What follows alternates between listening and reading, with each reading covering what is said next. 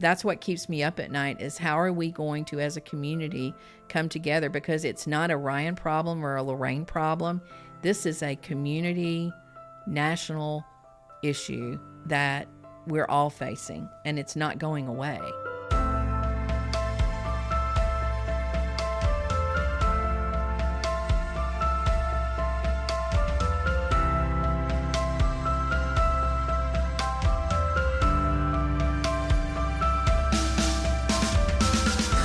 And welcome to Miracles from the Hill podcast, where we share raw stories that display the anatomy of God's grace here at Miracle Hill Ministries. If this is your first time joining us, please subscribe. And of course, you can like, comment, and leave a review.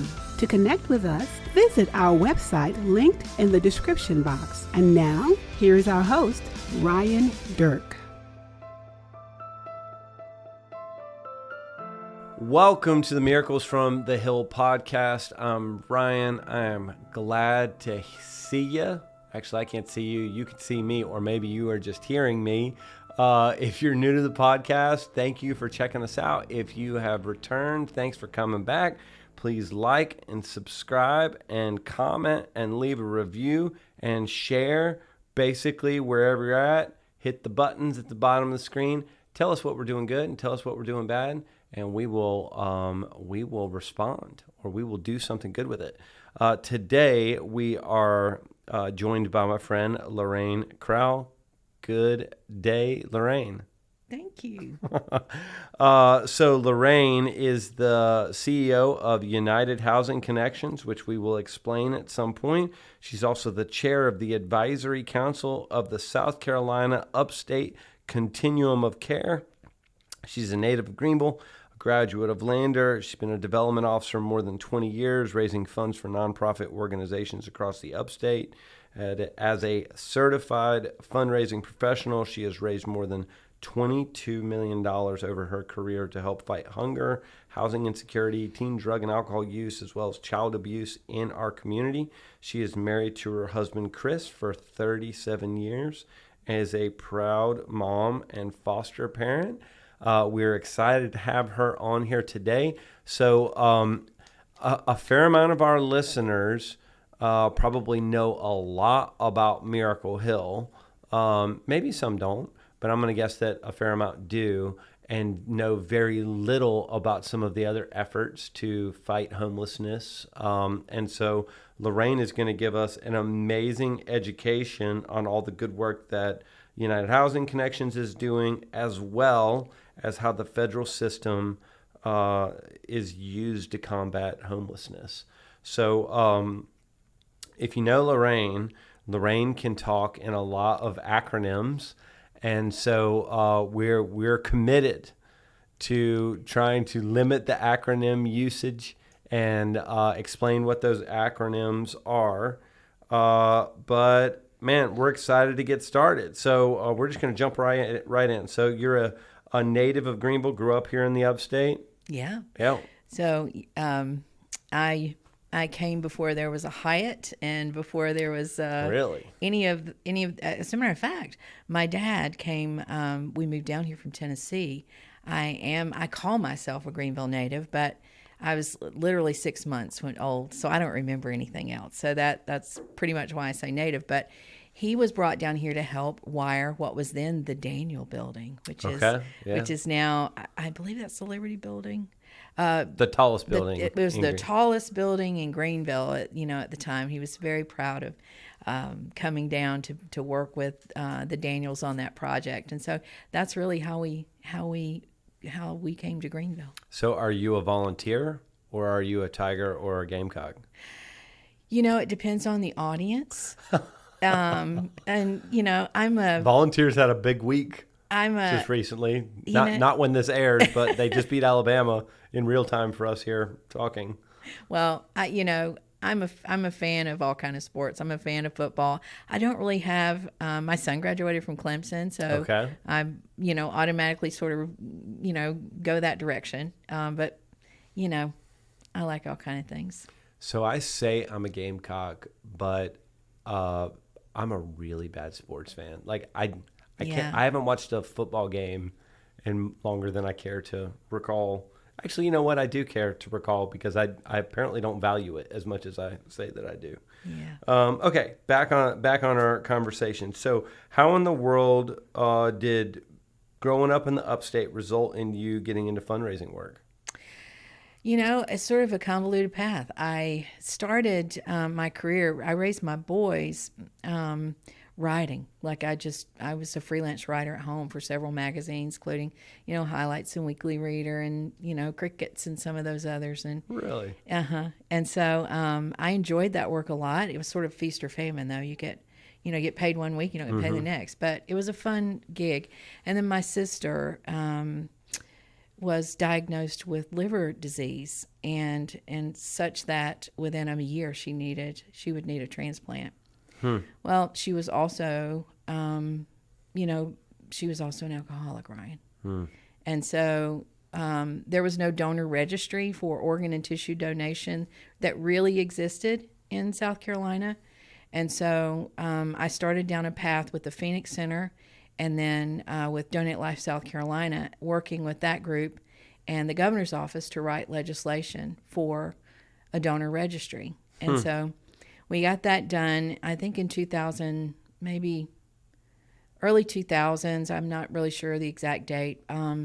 But, just felt very passionate. And by the way, my sister passed and was not able to get a transplant. So, I remember sitting distinctly at her funeral and thinking, you know what, I'm not going to do anything else that doesn't matter. If it's not changing somebody's life or not honoring the Lord, then I'm just not going to do it. And so I sort of worked myself out of a job with the donor registry piece, and that's really how it started.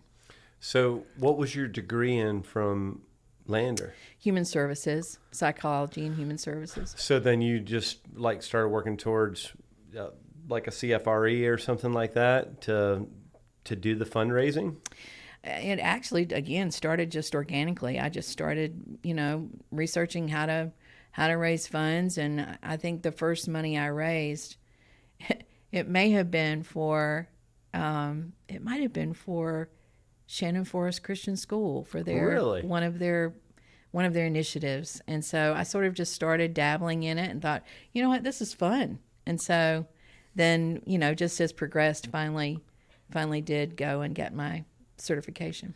So then where does your passion for helping those with housing insecurity and those experiencing homelessness come from? How do you wind up at UHC doing what you're doing? So I went to work, the gig before this one, I went to work for Meals on Wheels and helping to build their annual fund. And in some regard, they're, working to help them build even more of their endowment. And, at Meals on Wheels, everyone delivers meals. It doesn't matter who you are. If you're the COO or CFO or whomever you are, you're going to deliver meals because it's very important, I think, for the leadership there so that you know the people you're serving and you know why you're doing what you're doing. So we all had routes. So I had a route once a week and more than that if they needed fill-in. And I just noticed how seniors and folks who were marginalized and low income and needed Meals on Wheels, how it wasn't just meals that they were needing. It was literally housing. Yeah. And so I just got the opportunity, one thing led to another, to start on United Housing Connections board. And that's really how I got involved.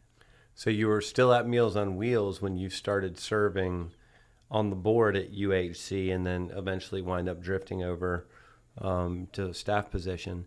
So I'm sure we've talked about it on the podcast before, but there is this, kind of effort in the upstate, specifically in Greenville, for the service agencies to partner together. And so Miracle Hill has been part of that effort, as well as UHC. And Lorain and I met each other several years back, but really got connected at a deeper level at the beginning of COVID, when we're trying to figure out, as a shelter provider, how in the world do we exist in a world where there's a worldwide pandemic. And Lorain, being who she is, said, well, we're going to find some money and we'll figure out how to take y'all's organic COVID shelter and move it external. And so we worked at a much deeper level. She ended up managing it, and we kind of provided the staff. But we've got to kind of work closely from that regard, and which is one of the things that you're amazing at is putting the right people in the room to accomplish something for some higher or greater good. So tell our listeners, what is United Housing Connections? What is your organization? What does it do? We exist honestly to serve those who are experiencing homelessness or at risk for homelessness, and try to provide some sort of housing, but more than that, support services so that folks can remain stably housed. So it's more than just, putting someone in a home, but it's, learning how to manage or building the skills and the resources to remain housed. So that's what we do. So is that the main program? Is you guys have a pool of housing assets that you help place people into? Well, it's UHC is a complicated animal. So there are 3 arms of business in UHC, very much like Miracle Hill. I mean, you guys have several arms of business that you manage because it serves the population that we're working with. And so UHC has that affordable arm where we provide housing to those at about 80%, sometimes 60%, up to 120% of affordable. And so we own all of those units, about 425 units, multifamily as well as single family. So that's one part of the business. It helps us provide additional funding to support families who are marginalized and can't afford even those opportunities. And so we run 8 permanent supportive housing programs that are funded through the federal government through the Department of Housing and Urban Development. And permanent supportive housing means exactly what it sounds like.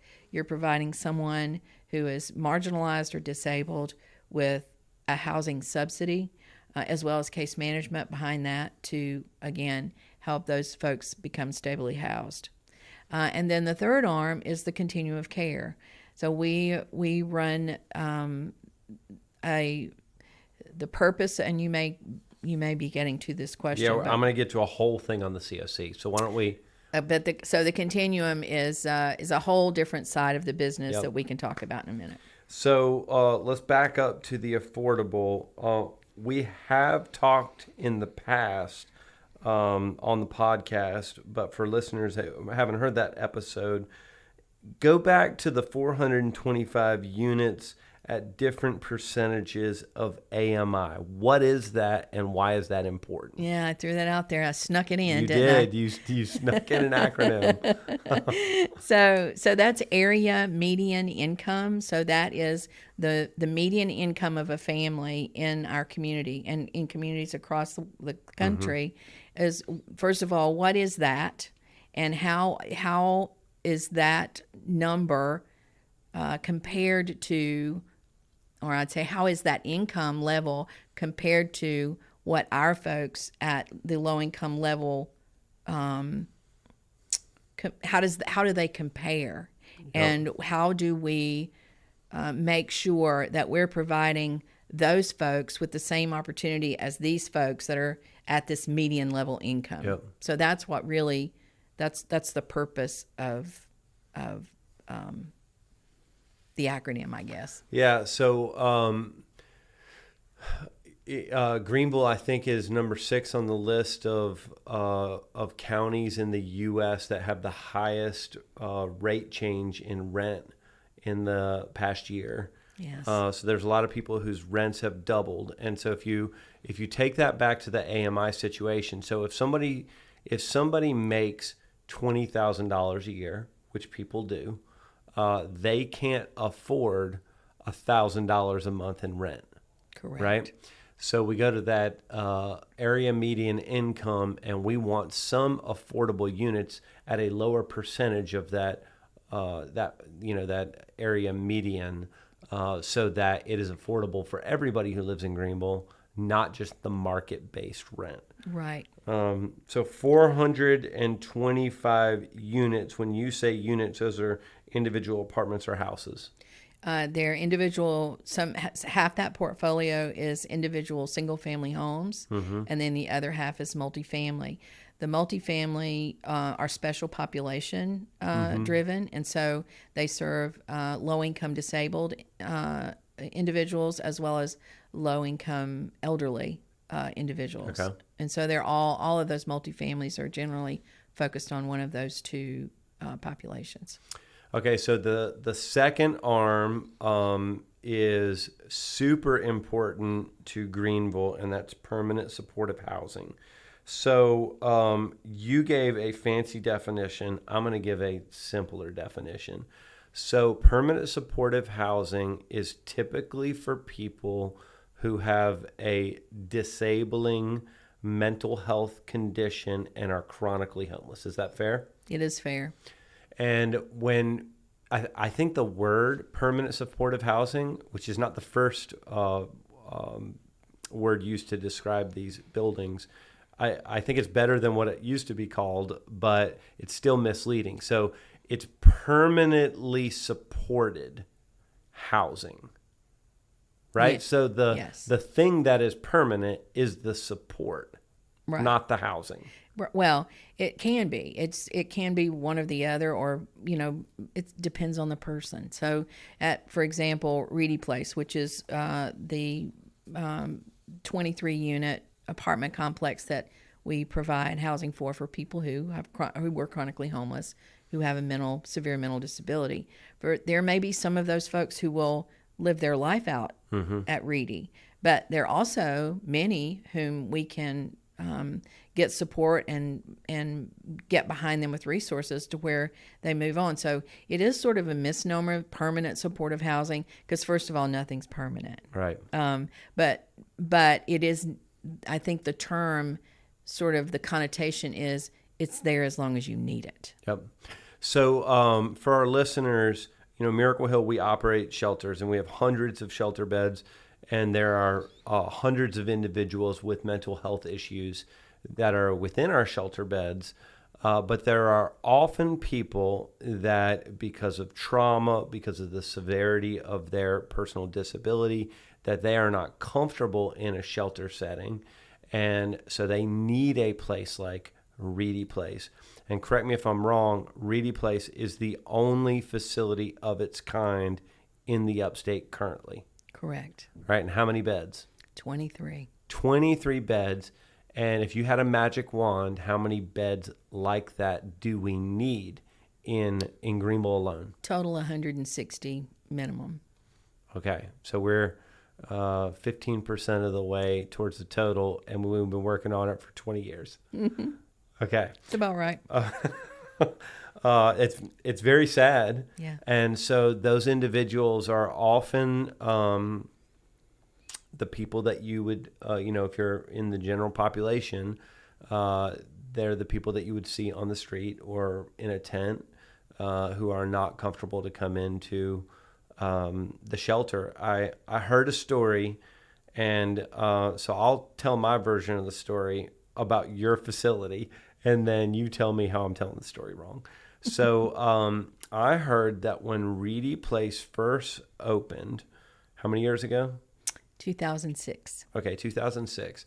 That one of the units was reserved or was allocated to this gentleman who'd been on the streets of Greenville for many years at that point. And so he was told that he now has this place to live. And so I don't think he showed up for a few days, and then he showed up and he slept in the bushes out front of Reedy Place for a few days. And then he eventually went into the apartment itself, but he slept with the front door open and the windows open so that he had an easy route of escape. And then sometime later, let's say a couple weeks, he finally shut the door. True story? Yes, and he actually for a long time slept in front of the door with a pillow in the floor. And it's a one-bedroom, unit with, and honestly, many of our folks start out that way. They'll maybe not to that extent, but they start out very apprehensive about how is this going to work, and people are going to, know my business, and they're going to take my stuff, and it's all those things that even shelter, all of us have to negotiate with folks when they come into the program. But it's very sad, because just to not have, if you go through some mental health 101 class, I think you would understand more how these people, or folks would understand, I'm sure you do, but folks would understand more how they react to the environment around them. It's almost like constant noise. It's almost like a constant train whistle of voices in your head. And so trying to negotiate what's around you and even sometimes put one foot in front of the other is a difficult task. But we don't understand that because we don't walk in those folks' shoes. But Reedy Place has been a godsend to many. We have served more than 86 individuals since we opened. And, I think there are 3 or 4 that have lived there from day one.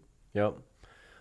So, if you and I go back to kind of the beginning of COVID in 2020 and we look at the initiatives that we were starting that would get ramrodded by this worldwide pandemic, you had just started on this amazing addition. So tell us, a couple years later, tell us about Church Street Place. Oh, my mercy. The labor of love that is, it seems never ending. So, we were awarded in 2020 the funding at about a $6 million level for 36 units of permanent supportive housing called Church Street Place at Poe Mill.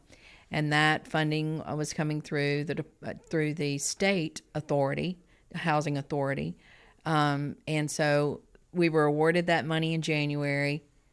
The pandemic hits and everything shuts down in March. And then the federal government comes down and says, COCs and housing authorities, you are now going to facilitate millions and millions of dollars of assistance. And by the way, you got to do it today. Yeah. And so I went from a staff of 18 to a staff of 44, probably in a matter of 8 months. And then, we started down the path of the quarantine shelter because that was the first thing we needed. And so literally everything shifted. It just shifted. And it was through nobody's fault. It just is the way it worked. And so now we have just been awarded. We had to go back because we're 2 years later. So we had to go back and submit almost a brand new application because the prices of the development is now 40 or 45% greater than it was when it was approved. Yeah. So now we're at nearly a $10 million project. But praise God, we have gotten all of that approved, and we'll break ground in November. And we are scheduled to have them online by January 5th of 2024. So then we'll have 150% more permanent supportive beds here in Greenville. And then you got to figure out how to do Reedy Place 2 or Church Street Place 4 or whatever. Whatever we're going to, just more of the same. Okay, so I'll give you an opportunity to answer a similar question at the end of this.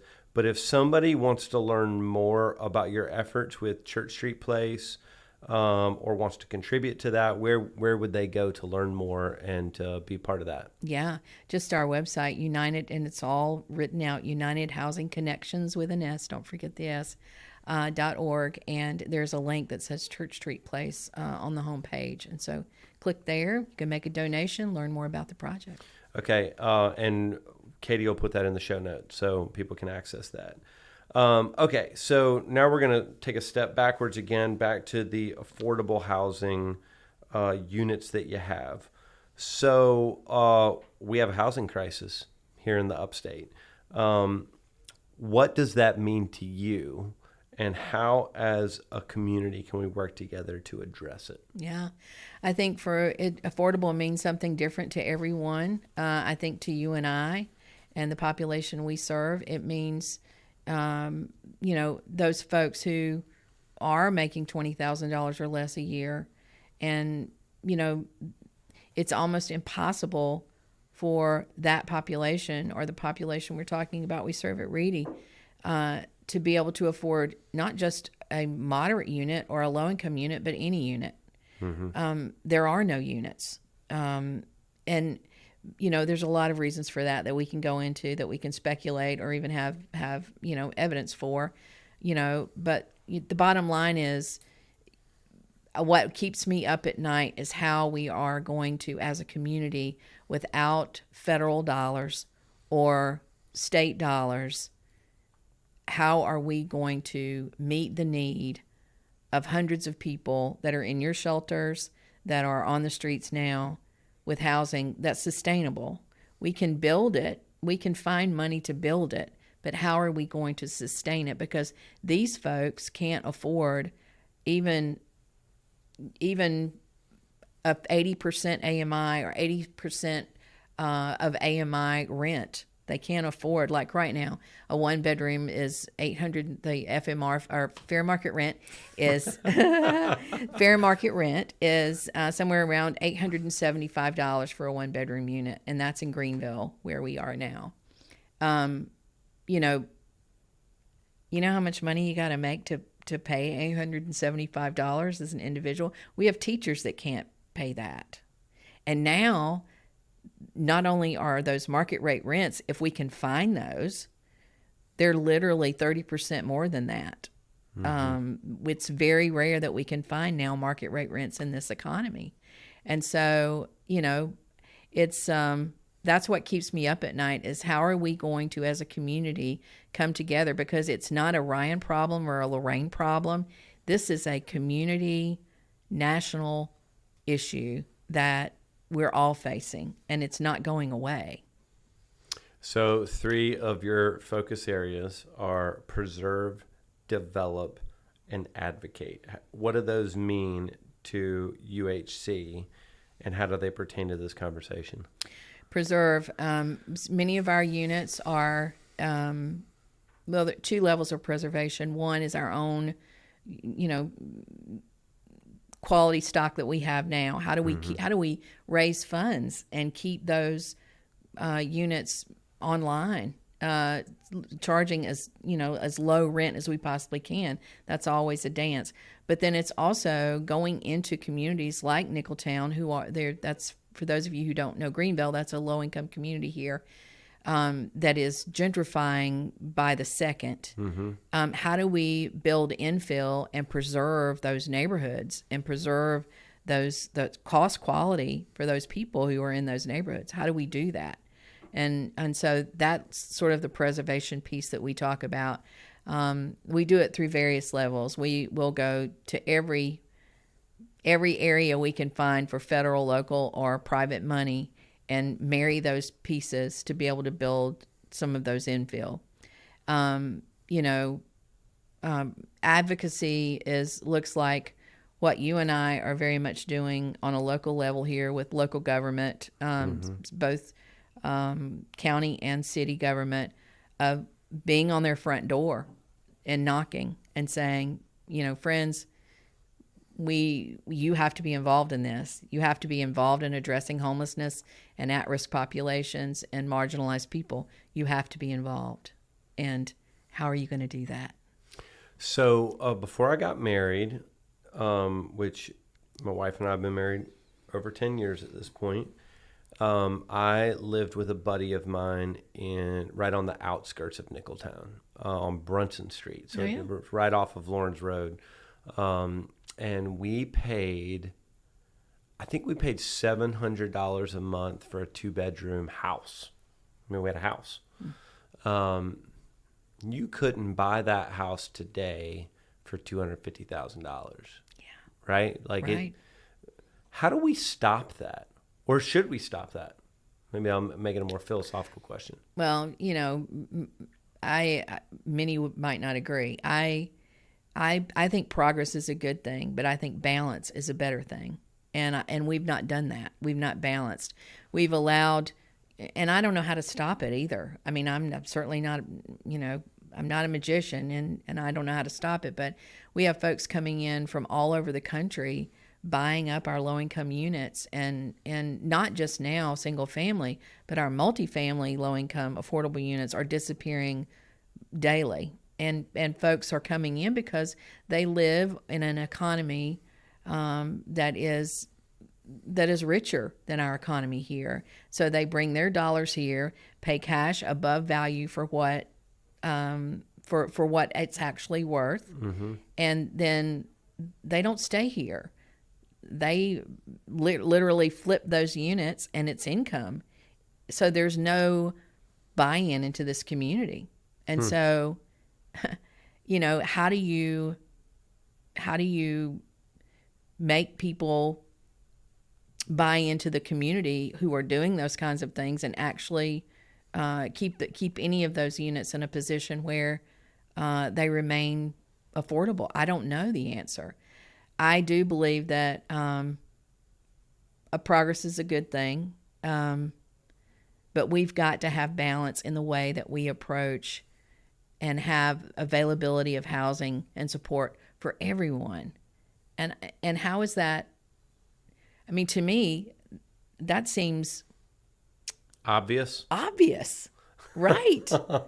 and it's not. It's very much. I mean, I almost think that we've been like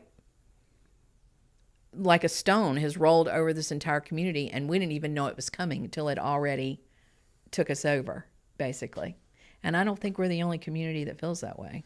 No, and you and I have talked about this before. Like the Greenville 20, 30 years ago was, Main Street was boarded up from end to end. And it's beautiful, right? I mean, the mayor had a vision and has walked it out over a couple of decades, three plus decades. And it's beautiful what he's created, but it's almost like the snowball that can't stop, right? So it's just avalanching down the mountain. Okay, let's switch to understanding the COC. I use the acronym on purpose. So, and I struggle to understand some of this, so you're going to give us all really good education. So at the federal level, we have this thing called HUD. Okay, so what is HUD, and what is its mandate or desire that creates these COCs using the acronyms on purpose? You're going to explain it all. So what's HUD? Yeah. So that's the Department of Housing and Urban Development. And so their main goal is to address exactly what we're talking about right now. How do we create equity? How do we, go into communities and make sure that low-income or marginalized folks have the opportunity to keep and maintain housing? Either even legacy housing, like how do we keep our neighborhoods? I can't see where we've done a great job. And I came into this game 5 years ago. So I didn't really, it was an education for me, very quick education in what COCs and HUD, Department of Housing and Urban Development, is supposed to do. But the continuum of care was developed through McKinney-Vento legislation, which is legislation from the Department of Housing and Urban Development that says, how do we create a system? We are charging you communities with creating a system where homelessness, it becomes brief, rare, and non-recurring. So how do people, that means more people less people are entering the system, and there are more opportunity for those people to become housed. Now, it doesn't mean we're going to house everybody. It doesn't mean everybody's going to choose to be housed. But we're talking about a system that provides opportunity to be housed. And so the way they ask us to do that is through these continuums, developing these continuums of care. So for us in the upstate of South Carolina, that is 13 counties that we cover. And the purpose is to take all those the agencies from all those 13 counties that will choose to be involved in the continuum of care and provide plug in their services with whatever plan strategy that we have that we're working on together. Now, across the country, there is at least one COC in every state. Okay. In South Carolina, there are 4. All of us cover anywhere between 12 and 14 counties. Okay. So South Carolina, the upstate of South Carolina is the upstate continuum of care. The 13 counties that we serve, and I can name them. I don't think that's immaterial. It's not important. And so then we have also in Columbia, in the middle of the state, there are 13 there, and that is the Midlands Consortium. And then we have 2 along the coast because of some of the density of the population. We have one that covers left of Horry County, and then one that covers Charleston area and to the right. And so we all are on, and what's sort of different about South Carolina is that we all work together on a monthly basis, and we all have a single system that reports where we house all of our data for everyone we serve across the state, which means what's unique is because if someone presents up here in the upstate and they somehow get to Columbia, there's a record of how they're moving and where they're moving through, which gives us a lot of opportunity. So back to the purpose of a continuum. And so the purpose is to build this strategy in a particular spot and then move that strategy or those best practice solutions across the continuum until we have that strategic plan built and in place for service delivery. So it comes from the Department of Housing and Urban Development.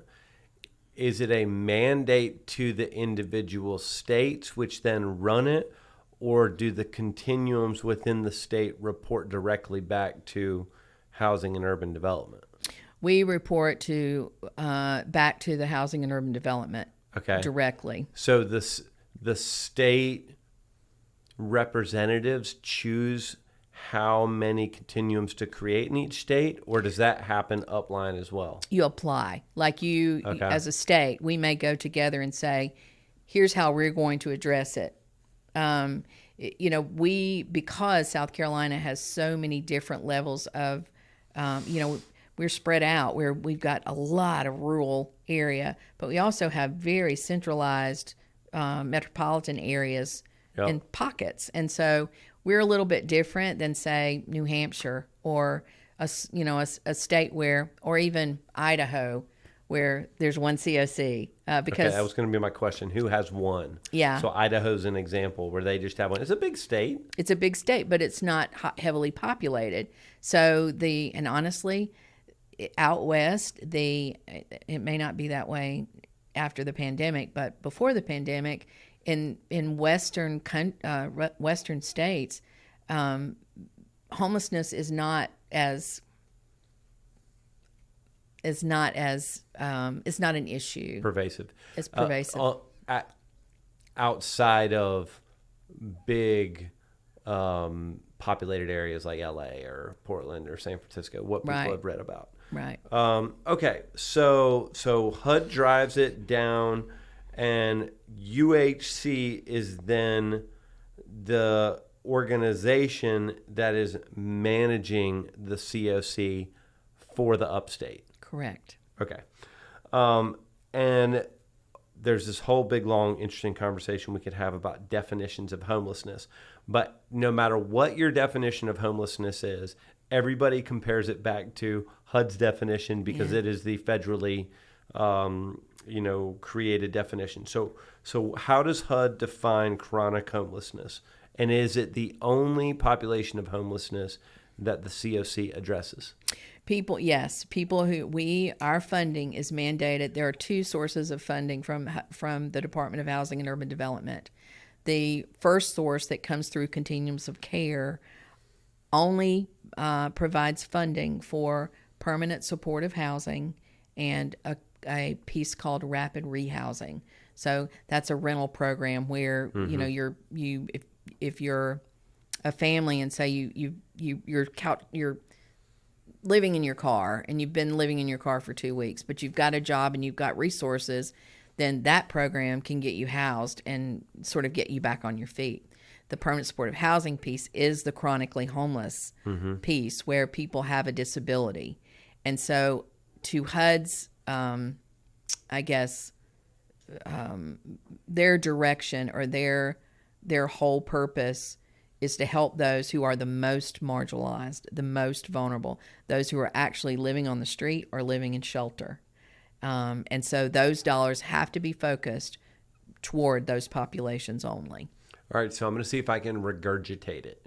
So someone has to have a disabling condition, which addiction under HUD's definition would be included. They have to be homeless for a year, or longer than a year, or 4 episodes of homelessness within 3 years to be considered chronically homeless. Correct. Okay. Okay, so this is an obvious question. This is a softball. So how in the world does HUD fund the COCs? So it's through a competition every year.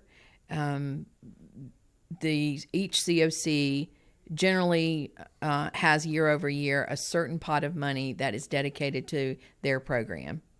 And so every year a competition is placed out into the community for people to apply for those funds. For the COC to apply, or different organizations within the COC? Different organizations within the COC can apply through the Continuum of Care, through Upstate, to be funded. But again, they must be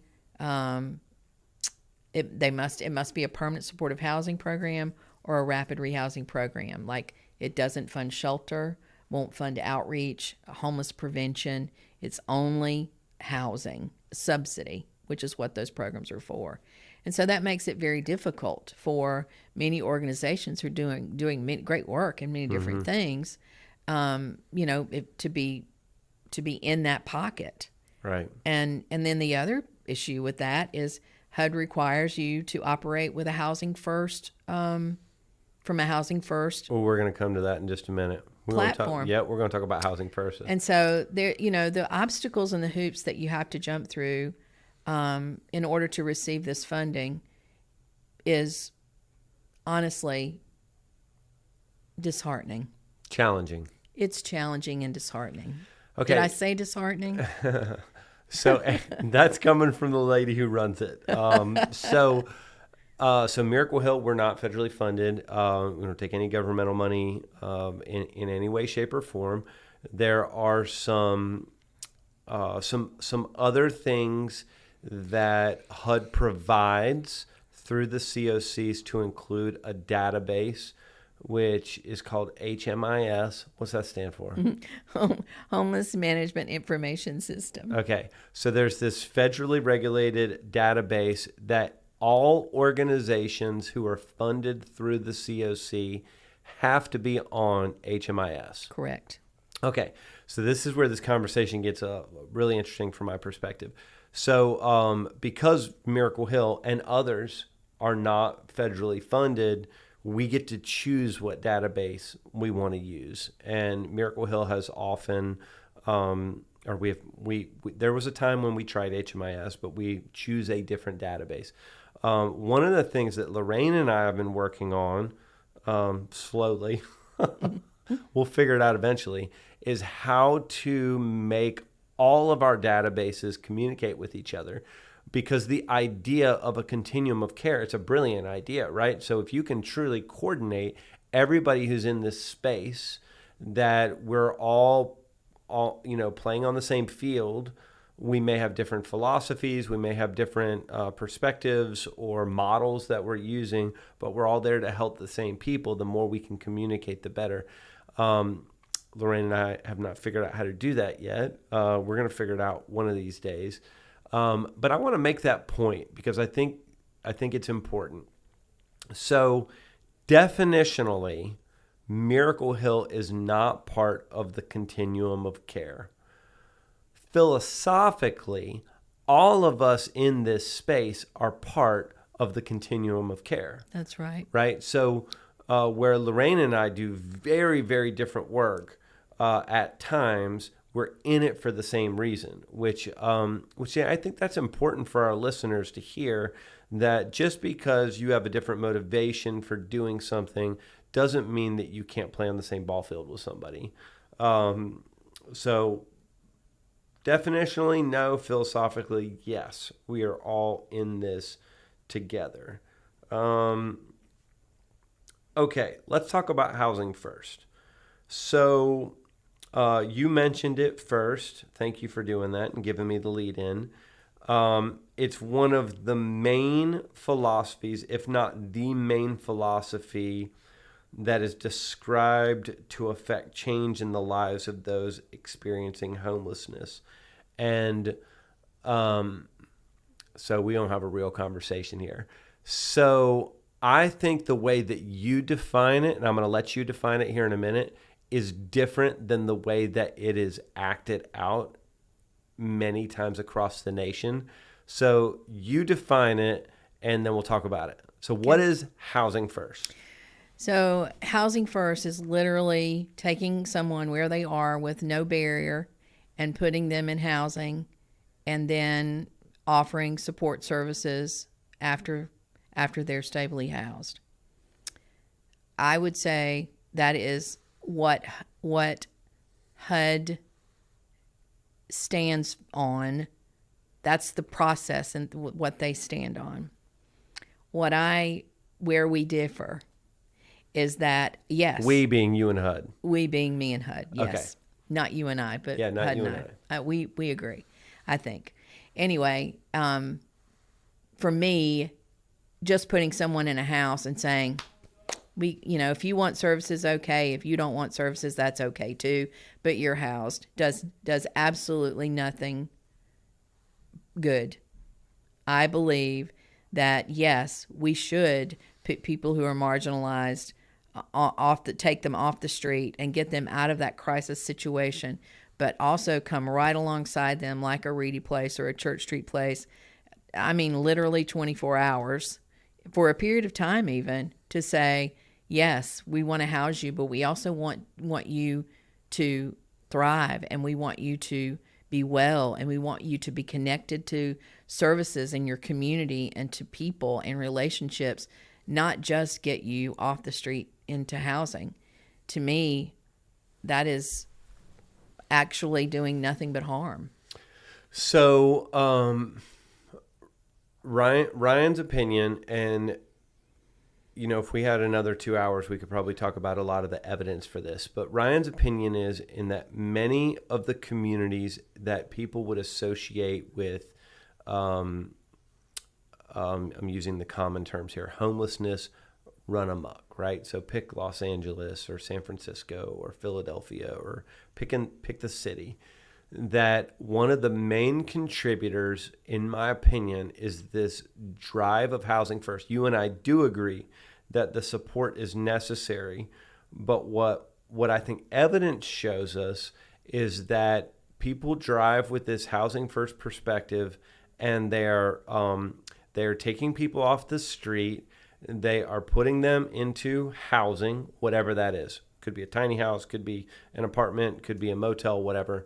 And they are promising to bring in that supportive service, which never happens, mm-hmm. right? And so you are just moving brokenness from one place to another. Why do you think, and you don't have to answer this if you don't want to, why do you think, if there's so much evidence for that, why do we keep driving forward with this without defining the support first, or making that the linchpin before somebody goes into housing? Why is there this constant drive towards it? I think because there has been, like Reedy Place, for example, we have assisted a lot of people, pulling them right off the street, putting them into housing with no barrier, and then literally working with them on a daily basis. I mean, it's a daily. Yep. It's not a weekly or every other, it's literally daily. We've seen a lot of success with that. I think that is the piece that's missing from all of these other housing first approaches, is that, we talk about this a lot, and I say it to my staff every chance I get, and everyone in the community. The way that we are going to serve people in the continuum and in United Housing Connections is, first, every opportunity to provide that soul dignity, every opportunity to provide that soul compassion, every opportunity to give that person a choice, because that is our right as a human being. But then also standing back and let that person, good or bad, take responsibility for that choice they made, and not going in behind you and cleaning up the mess, but saying, friend, we got to stand in this together. How are we going to get on the other side of this? What's your plan? And that's really the way that we feel is the best approach to serve. HUD may disagree with me. I'm okay. But that's the way we're going to do it. So to educate our listeners, so what Ryan's advice would be, if you hear about I think that's my phone buzzing. I apologize if you can hear that on the feed, people. So if you hear about some initiative to provide housing, and you want to know if it's going to be effective, my first question will be, what type of support are we looking to provide people? I agree with you that people should have a right to self-determination, good or bad. I also would say that we can't force people to do anything. Nope. But if we are moving someone from one place to another, I don't know that positively affects the overall picture. So what I'm telling the listeners is, ask what kind of support is associated with this housing opportunity for the people. Mm-hmm. Okay, one thing that you and I agree on 100%. So will you tell people what effective net zero is? And there's some combination of words there, but I will premise it by saying, there's a lot of different opinions on the highest, greatest outcome that we can look for when we're helping those experiencing homelessness. And Ryan would say that the highest, greatest outcome that a community can pursue is effective net zero. So what is that? Yes. And so I think, when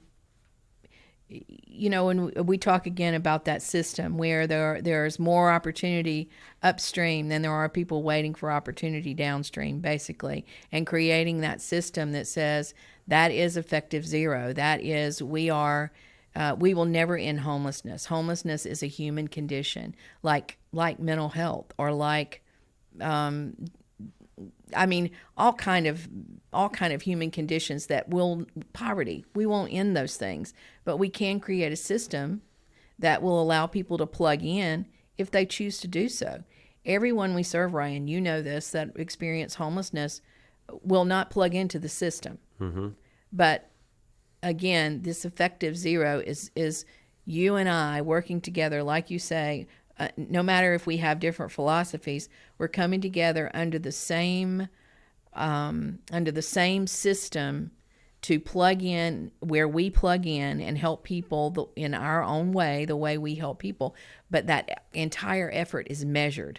It's not Ryan's program is measured by itself. Lorain's is measured, but the entire system becomes measured, and it becomes connected so that we know where those hiccups and those places are that we need to address. And they will move throughout the system, throughout however we're serving. It will be a never ending. So, philosophically, I believe Miracle Hill believes that we're never going to cure homelessness. Homelessness will be something that will exist until Jesus comes back. That being said, effective net zero means that we have created a well enough connected system that however many people experience homelessness on a given year, the same number or greater exit homelessness. So it's about having a system that's so well connected that homelessness is not growing. It is something that everyone can navigate, and if they choose to, there's enough systems or enough service providers and opportunities that they can choose to exit. Right. Okay, great. Okay, so there's often been this divide between programs and ministries that fit in and out of the COC definitionally. Basically, the me's and you's of the world, right? There's been this divide between how can we work together. So how can we work better together to help those in need? I think exactly what we're doing now. We talk to each other. We understand each other's position. I think, and you know, we drive in the lane that's provided for us. I don't get over in your lane because that's not what I do. But man, I can support you very much like we did with the quarantine shelter. Mm-hmm. You know how to do shelter. I know how to get money. So that's the way, that's why that system worked so well. And I think that's what we have to throw egos aside. We have to certainly absolutely concentrate on the work that we're required to do in our setting, but it has to be a place where we all feel accomplished, but we also feel supported. And I think we can do that. You and I, though I work in the federal government realm, mm-hmm. Personally, I will operate exactly the way I'm supposed to operate, and I will put my toes on the line, but I won't go over the line because that's where I'm required to operate. Mm-hmm. But, that doesn't mean that I can't bring everything I've got to bear to help you. Sure. And the same, that's the way it should be, and reciprocal that way. And I think we have a really good opportunity for us to be able to make that happen. So I asked a question a little while ago about how the COC is funded, and the real answer is by the taxpayers, right? So HUD is funded by, John Q. Public, and mm-hmm. that goes to the COCs. So one of the things that you and I both would like would be for the general public to be more educated and involved. So how can the public get more involved in their local continuum of care? Mm-hmm. Well, plug in. There you can go on the Upstate. We have two separate websites. UHC has a website, and then the COC is upstatecoc.org. Literally, you can go in and plug into any COC across the state. I don't think we have national links to all COCs on the site, but certainly I could get that information. But honestly, if you Googled continuums of care, North Carolina, you would find them. Right. I think it's really important for individuals that are outside this work but that are interested to get into an advocacy group. We have one here in Greenville called the Greenville Homeless Alliance, and they are not the beauty of the Greenville Homeless Alliance is that they are not constrained by any federal mandates. Mm-hmm. They're not constrained by a board that tells them what they can say and what they can't say. They literally can be an educational advocate, educational communications arm. And I think that's where people should plug in to organizations. You can plug into the COC, absolutely. But, I think the beauty of that program is education and learning, because that's where you've got to start if you're going to get in this realm. You've got to learn who the players are. You've got to learn what work is being done, and then what initiatives need to be pushed forward, mm-hmm. what you're passionate about. So I think either COC or look for an organization that advocates for folks who are experiencing homelessness in your community. Okay. Last question. So what needs, or dare I ask, prayer requests would you want to share for UHC or the COC with our listeners? I would say among those of us who do work, pray for a spirit of cooperation. Pray for a spirit of that's not ego-driven, that is literally laying aside all of those immaterial pieces that make us so desperately human, and see if we can't come together and focus just on what we need to do and the work that we need to do together. It's hard already. The work is hard already. And so I think that's really what I'd pray for. You know, the work is hard, but I tell people all the time that I have the best job in the world. Yeah.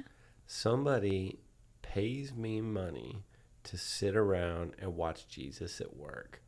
Like, man, it doesn't get any cooler than that. Okay. Thank you, Lorain, for coming on and giving us an education. People are probably gonna have to listen to this one like 3 times to understand it, but we will understand it. Would you honor us by closing in prayer and praying for, you know, that spirit of cooperation in Greenville? Absolutely. Lord, we come to you with humble spirits, and because we know that to whom much is given, much is expected. And we've been giving a lot. You've given us a lot, Lord, in our lives to be able to work with and to be able to assist people, and it is a privilege. Lord, I would ask for that spirit of cooperation among all. I would ask for your blessing and your hand in the middle of everything that we do every day, so that we do drop those egos and we do drop all this nonsense that doesn't matter, but just serving you and serving those that you've called us to love. So I thank you for what you do for us every day. I thank you for your son. I thank you for the opportunity to be in this room and be with these people. And I ask again for you to just bless the work that we do. In your name we pray, amen. Amen. Thanks for coming on, friend. Yeah. Bye, everybody.